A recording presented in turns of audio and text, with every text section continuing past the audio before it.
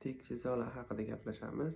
Tik chizoqlarni yashashidan maqsad bu odamlarga ko'z chamasini berish. Misol uchun har xil xavflardan yo har xil obyektlardan qanchalik uzoqdaman deb ko'rib olasizlar. Ko'p gapirgandan bitta ko'rsatgan yaxshi. Ko'pi mana shunaqa bo'ladi. Misol uchun bu 2:1. Misol uchun osma ko'priklarda misol uchun tepadan o'tadigan yo'l bo'ladigan bo'lsa, ya'ni bir satiqda kesishmaydigan yo'llar bo'ladi.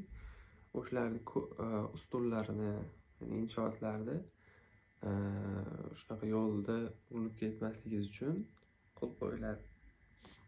Bitta ko'rsataman. Misol uchun bu chap tarafida bo'lsa, bu o'rtasida bo'lsa, bu o'ng tarafda bo'lishi mumkin. Shunaqa. Bu 2:1. 2:2 shunaqa ko'priklarda balandligini chegarasini, misol uchun balandligi chegarasini olish. 2:3 bu misol uchun xavfli yo'llarda orolchalar bo'ladi. Shularda aylanib o'tish uchun dumaloq bordyorlar qo'yilgan bo'ladi. Shular hozir misol uchun bitta ko'rinaman. Mana bitta shunaqa bo'lib turadi. Mana shu 2:3 chizoq bo'ladi. Sizlarga aytgan 2:1 chizoqlar mana bitta anaqa qo'yiladi. 2:2. Xo'p. Keyin ular yo'l chetida xavfli yo'llarni, misol uchun chegasida yo'lni chetini ko'rsatadi. Ustunlarga betonkalarga chizib qo'yadi, shunaqa qilib yo'nalishini ko'rsatib. Shunda misol uchun tuman bo'ladigan bo'lsa, qor bo'ladigan bo'lsa, hech kim urilib ketmaydi. Ko'rinib turadi. Xo'p, 2:5 bular endi. Bular yo'lni chegasiga qo'yiladigan chizoqlar. Bu yo'lni kichik radiusli burilishlari deb o'zi shunaqa testda shunaqa chiqadi. Shunaqa qo'yiladi.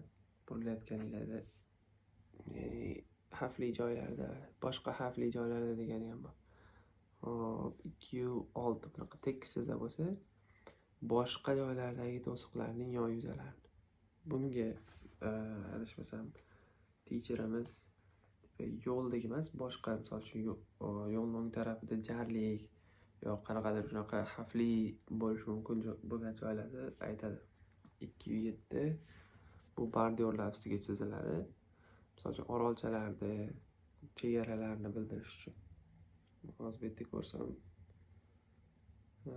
mana 2:7 anaqa orolchani chegasiga chizilgan. Shu xolos. Buni nimaga kitobimda ko'rsatdim? Chunki daftarimga yozmadim. Don't be like Pop.